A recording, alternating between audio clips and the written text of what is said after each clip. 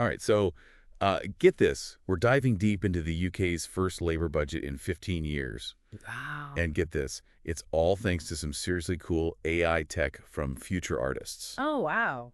They're experimenting with AI as a news source, and guess what? You're getting the inside scoop. That's pretty cool. Think of it like a personalized briefing. Okay. Perfect whether you're prepping for a big meeting with UK folks All right. or just want to sound super smart at your next dinner party. I like it.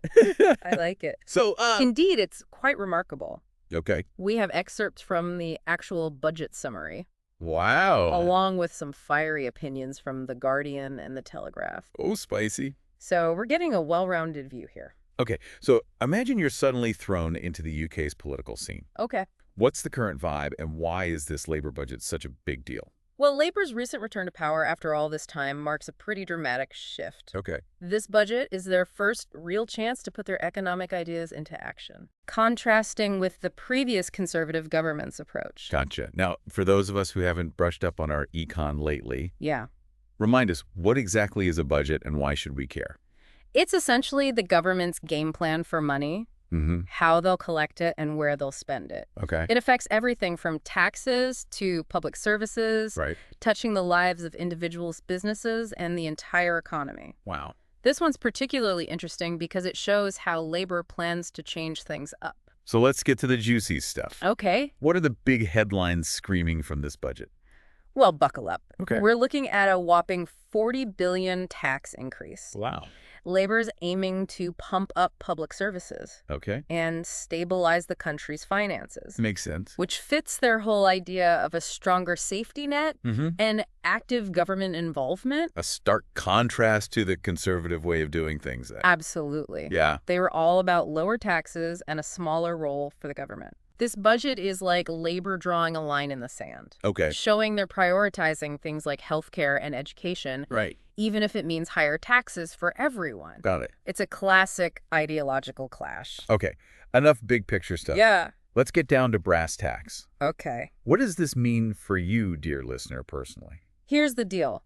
Income tax, VAT, and national insurance rates for employees are staying put for now. Okay. However, there's a catch. Uh-oh. Brace yourself for a higher capital gains tax. Hold on, capital gains tax. Yeah. Could you break that down a bit? Mm, Not all of us are financial whizzes. of course. Right. Imagine you sell something that's gone up in value, Right. like stocks, or maybe that holiday home you've been holding on to. Mm-hmm. Capital gains tax is what you pay on the profit you make from that sale. Okay. That makes sense. So anyone playing the stock market or thinking of selling property, take note. Exactly. But wait, I feel like there was something about inheritance tax changes too. You've got a sharp eye. That inheritance tax threshold freeze is getting extended. Oh, wow. And here's the kicker from 2027. Any money left over in your pension pot when you pass away will also be subject to inheritance tax. Whoa, that's a curveball I hadn't considered. Yeah. So what does this mean for our listeners' long-term plans? It's a wake-up call to think about your financial future. Okay. This change could seriously impact how you plan to pass on your assets. Right. It might be time to dust off those investment strategies and make sure they align with these new rules. Sounds like it's time to have a chat with your financial advisor. Exactly. But hold on, it's not just individuals feeling the heat, right? Right. What about businesses? What's this budget got in store for them? Businesses are definitely in for some changes. Okay. One of the big ones is the increase in national insurance contributions. Okay. Companies will be paying 15% on salaries above £5,000, Right. which is a jump from what they were paying before. Gotcha. Now, there is a bit of good news for smaller businesses. Okay. The employment allowance is getting a boost. Oh, nice. Which helps them reduce their national insurance bill. Interesting. So what's the thinking behind these changes? Is the government trying to nudge businesses in a certain direction? That's a great question, and it's where things get interesting. Ooh. On the one hand, increasing national insurance contributions for businesses could help the government bring in more money Right. for those public services they're focusing on. Makes sense. But it could also squeeze businesses, maybe leading to price hikes or even job cuts. Yeah, that's a good point. On the other hand, that boosted employment allowance could be a way to give smaller businesses a leg up, Okay. encourage entrepreneurship, and help create new jobs. Right. The impact will likely be a bit of a mixed bag. Okay, so it's not as simple as just looking at the numbers. Right. We need to think about the bigger picture, the ripple effects. Exactly. But wait, there's more to uncover? right? Yeah, We've got those opinion pieces to dive into. we do. What are people saying about this budget? Ah, yes. It's always fascinating to see how different people interpret the same facts. Yeah. We've got some strong opinions from both sides of the fence, folks who love it, folks who hate it. Okay. Let's see what they have to say. Perfect. Lead the way. All right, so first up we have Frances Ryan from The Guardian. Okay. She sees this budget as Labour's big move to rebuild Britain after years of conservative rule. Interesting. And what's her take on those tax hikes? She's all for them. Oh, wow. She argues they're necessary to fund those improvements to public services that Labour's promising. Okay. She also points out how Labour's targeting the wealthier folks with changes to capital gains and inheritance tax, Right. which fits their whole idea of a fair tax system. Okay, so she seems pretty on board with Labor's direction. Yeah. What about the other side of the coin? Okay. I'm guessing not everyone's thrilled about these changes. You got that right. Okay. We have a piece from John Redwood in The Telegraph. All right. And he's coming at it from a conservative viewpoint. He's raising some eyebrows about those tax increases. Oh. Worried about how they'll affect businesses and investments. So what's his main concern? He's arguing that attracting private investment is key for the government to hit its growth targets, Okay. and that a competitive tax system is crucial for that. Right. He's worried that these tax hikes might scare away wealthy individuals and businesses, Interesting. ultimately hurting the UK economy. Ah, the classic debate. Social spending versus economic growth. Right. So we've got one voice praising Labor's approach and another sounding the alarm. Exactly. This is where things get really juicy, right? Yeah. We're starting to see the different angles, the potential winners and losers in this whole budget shakeup. Exactly. And this is just the tip of the iceberg. Ooh, I like it. We have even more voices to hear from, Yeah. each with their own perspective and insights. Okay, I'm on the edge of my seat. Let's keep digging. What else is out there? Let's do it. Well, next we have Sahil Dutta, also writing for The Guardian. They're diving into this whole idea of investment and questioning who's really going to benefit from all the money the government's planning to spend on big infrastructure projects. That's a good point. Just throwing money at projects doesn't automatically solve problems, right? Exactly. Dutta argues that without addressing the root causes of how wealth is created and distributed, Right. simply building more stuff won't really fix the country's problems. Yeah. They also call out Labor for not doing enough to support what they call social infrastructure. Okay. Things like healthcare, childcare, and education. Right. Dutta argues these are just as important as physical infrastructure for a healthy economy. So it's about investing in people, not just bricks and mortar. That makes a lot of sense. Yeah. Now, what about Sharon Graham? I hear she has some pretty strong feelings about this budget. She does. Right. Graham's welcoming some aspects, Yeah. like the boost in government spending and the minimum wage hike. Right. But she's also concerned about the lack of a solid plan for creating green jobs and supporting communities. Mm. She feels the government needs to do more to ensure that investments actually benefit workers and communities, Right. not just big corporations. Sounds like she wants to see actions speak louder than words when it comes to building a more equitable economy. Okay, we've heard from the economists and the political commentators, but what about the everyday folks? What's Brian's take on all this? Brian offers a really personal perspective, Okay. sharing his experience as a single parent, relying on benefits. Right. He feels this budget falls short when it comes to helping people living in poverty. Okay. He points out that while some measures, Yeah. like tweaking the universal credit system, are a step in the right direction, Mm-hmm. they don't address the fundamental issue of inadequate Social Security payments. That's a really important point. Yeah. It's easy to get caught up in the big economic arguments, Yeah. but we can't forget about the people struggling to make ends meet. Absolutely. Brian also brings up a detail we touched on earlier. Yeah. The bus fare cap increase. He argues that this hits low-income individuals who rely on public transport particularly hard. Right. That increase might seem small in the grand scheme of things, Yeah. but it can make a big difference to someone who's already stretching every pound.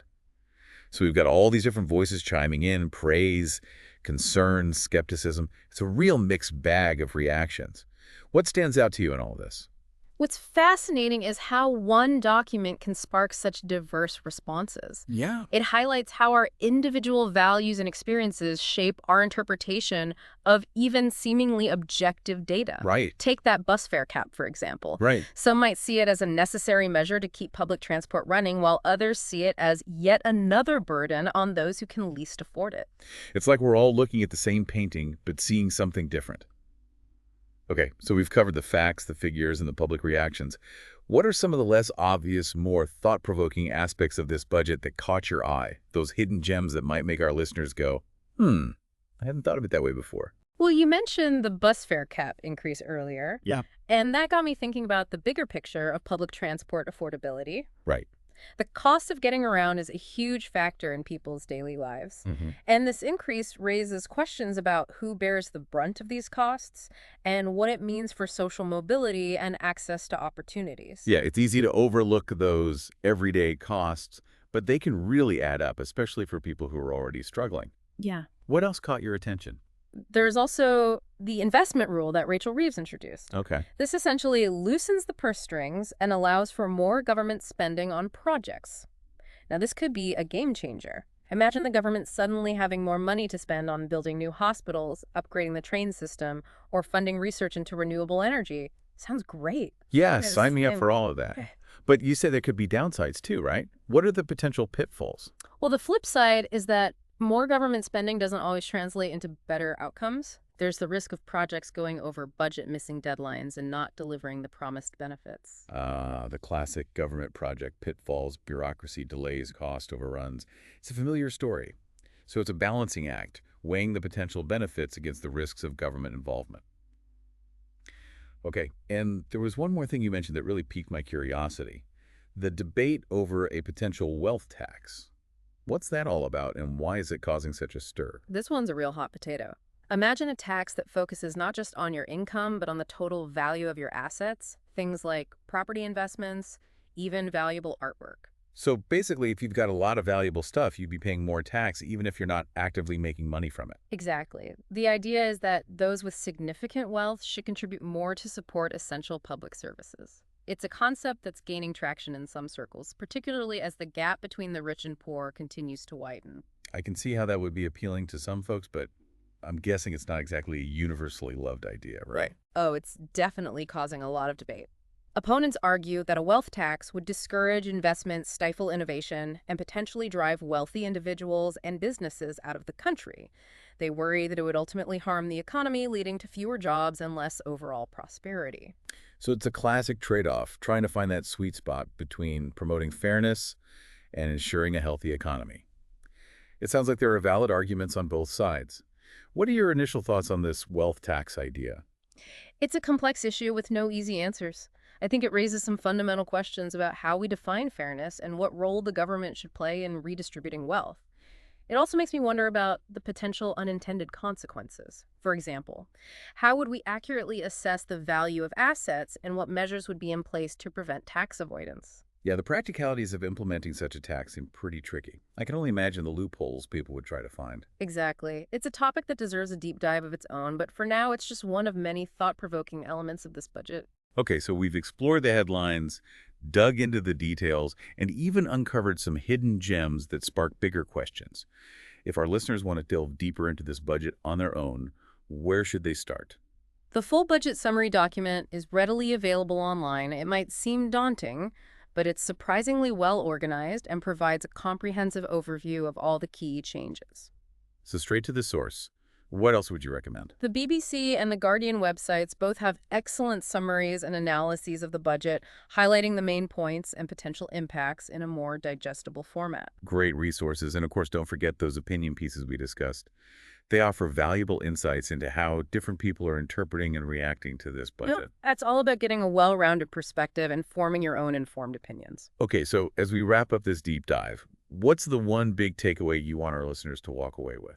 This budget marks a significant shift in the UK's economic landscape.